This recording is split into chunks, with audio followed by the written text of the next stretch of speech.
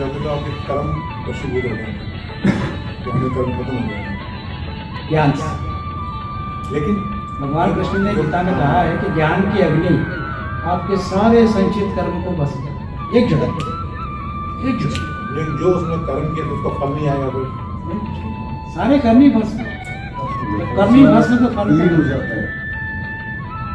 प्रारब्ध कर्म रहेंगे थोड़ा से जो शरीर इस शरीर से संबंधित, जब तक वो जीवित रहेगा ना तो वो प्रारब्ध कर्म रहेंगे जो कि जैसे कोई बीमारी होनी, कैंसर होना है या अस्थमा होना है, कुछ ऐसे कर्म किए उसने शरीर में, वो तो जैसे शरीर- जितने साल बचे हैं उसके शरीर के अंदर कर्म करने की क्षमता है नहीं,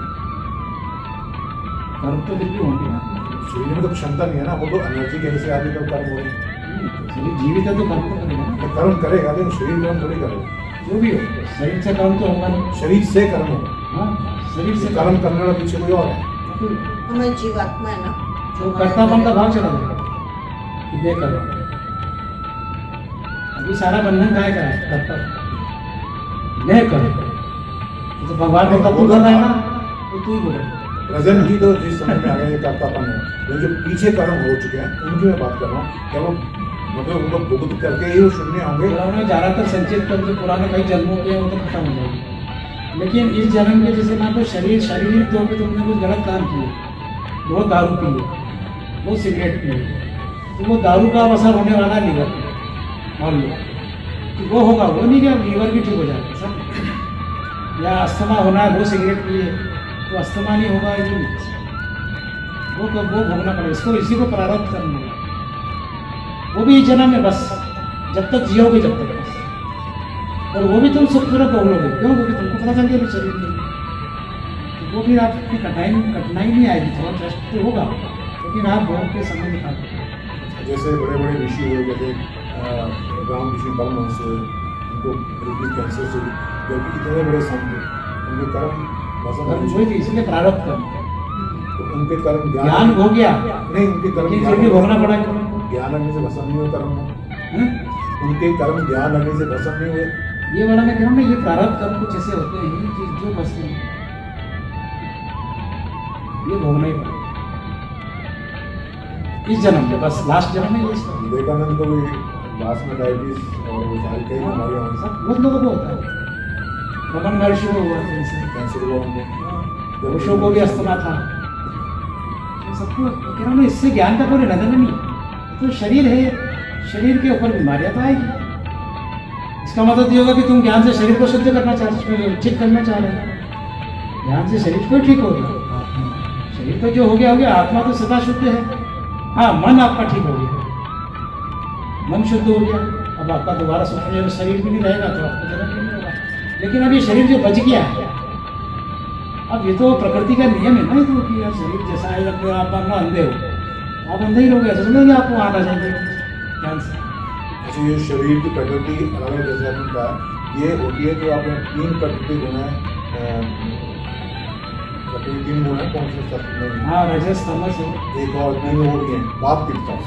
हाँ, वात पित्त कफ में जब वृद्धि होती है, कमी होती है, उसके अनुसार आपकी शरीर की प्रकृति बदल जाती है। बराबर है। तो जैसे ना कई 80 साल में खाना बचा देते हैं, वही तो। 30 तो साल इसका में- मतलब ये नहीं कि तुम ज्ञान हो गए तो ये बात की कम बैलेंस हो जाएगी। नहीं, ये कुदरती आते हैं, हाँ, ये कोई वात पित्त कफ की जो रेशो बनती है, तो लेकिन हम इस रेशो को योग से मेंटेन कर हाँ, सकते मेंटेन कर सकते हैं। हैं, और यदि तीनों चीजें बैलेंस में योग रहेगी से मेहनत होगा, कि ज्ञान से नहीं होगा। तो वो ज्ञान से आप सोचो कि यार बात अपने आप बैलेंस हो जाए, बात की जो तकलीफ होने वाली थी अपनी हो, ज्ञान से ज्ञानी हो जाओगे, आप मुक्त हो जाओगे, सब हो जाएगा। लेकिन ये शरीर फिर आप समझ भी जाओगे ना, ये शरीर तो मिटने वाला है, कितने दिन का है। यही तो जानना चाहिए कितने दिन अब सुकरात जो है, सुकरात हुआ था एथेंस में, तो सुकरात को सजा दी गई, जहर पिलाई। वो मानता नहीं था, सत्य बोलता था, बोले सत्य यहाँ मत बोलो, तुम बाहर जाओ ऐसा बोले, नहीं वो तो बोलो सत्य, तो बोले फिर तुम मरने के लिए तैयार हो जाओ, तुमको जहर का प्याला पिला जाएगा, उस समय प्याला पिलाते हैं, आज कल तो दूसरी टेक्निक आ गई। तो बोले ठीक है, 70 साल का हो गया था, बोले ठीक है, मैं 10 साल बाद मरूँ, मैं आज मरूँ, मेरे को क्या फर्क पड़ा, 10 साल बाद भी मुझे शरीर तो छोड़ना ही है, ठीक है आज छोड़ दिया, क्या करूं? ज्ञानी था वो, क्या फर्क पड़ा उसको? घर का पहला किया उसने, बोले मैं तो और मौत का साक्षात्कार करूँगा, पीते हुए मैं देखूंगा मेरी मौत कैसे होगी। एक एक क्षण में उसको प्याला पिलाया कि धीरे धीरे सब देखता गया कि मैं ये सुन्न हो रहा है, मैं ये सब सुन्न हो रहा है, ये सुन्न हो रहा है, मैं अभी भी हूँ, मैं अभी भी हूँ, ऐसे करके उसने। तो ये बीमारी से इसका कोई लेना देना नहीं है। हाँ, ध्यान करते हैं तो कुछ बीमारियाँ में कंट्रोल होता है, फायदा होता है, ये करेंगे। लेकिन आप सोचो कैंसर ठीक हो जाए, आप सोचा लंगड़ा है वो चलने लग जाए, आप दूसरे जो अंधा है वो झाड़ू करने लग जाए। वो नहीं था, मतलब मेरा ये है कि संचित कर्म इसमें आया अध्याय में, संचित कर्म बस मुझे कर्म के भी प्रकार है। संचित कर्म अलग है, प्रारब्ध कर्म अलग है, इसकी भी बात करेंगे। वो डिपेंड भगवान कृष्ण ने संचित कर्म जो पुराने कई जन्मों के संचित कर्म जो होते हैं ना, वो पसंद है।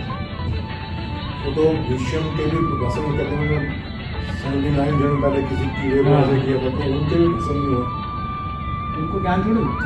तो ध्यान तो था ना। ज्ञानी भी ज्ञानी होते तो महाभारत होता, साधारण काफी वो होते ही नहीं महाभारत ज्ञानी वो होते। धनुष से प्रतिज्ञा में बंधे हुए थे। वो गलत बंदे ना, हाँ, गलत बात है। कृष्ण ने ही प्रतिज्ञा दी थी शस्त्र नहीं उठाऊंगा, वक्त आने को उठाया कि नहीं, परिस्थिति देखना पड़ती है। ऐसे ही भीष्म को परिस्थिति देख के करना था, जब दुर्योधन गलत काम कर रहा था वहीं रोकना था उसको, गई प्रतिज्ञा बाहर। ज्ञानी ऐसा होता है, परिस्थिति के हिसाब से चलता है, आज के हिसाब से चलता है, ऐसा बनता नहीं। वो प्रतिज्ञा से बंधा हुआ ज्ञानी थोड़ी बनता है। ज्ञानी वही जो किसी से भी नहीं बनता, इस समय का ज्ञानी तो कोई किसी से भी नहीं बनता, ना गुरु से, जिस गुरु से पाया है, मानना किसी गुरु से पाया भी है, अब वो गुरु से भी नहीं बनता। आंतरिक तो ये बोले जाएगा, रिस्पेक्ट करेगा, ठीक है, अनुग्रह का भाव रहेगा, वो अलग बात है। ना गुरु से बंधा है, ना शास्त्र से बंधा है, ना किसी मान्यता से बंधा है, ना किसी प्रतिज्ञा से बंधा है, ना परिवार से बंधा है। इसलिए भगवान कृष्ण ने गीता में कहा है कि ज्ञानी सब कर्तव्य से मुक्त है। अब उसको बच्चे भी नहीं पालना जरूरी है, पालेगा वो अलग बात, कंडीशन नहीं पालना चाहिए।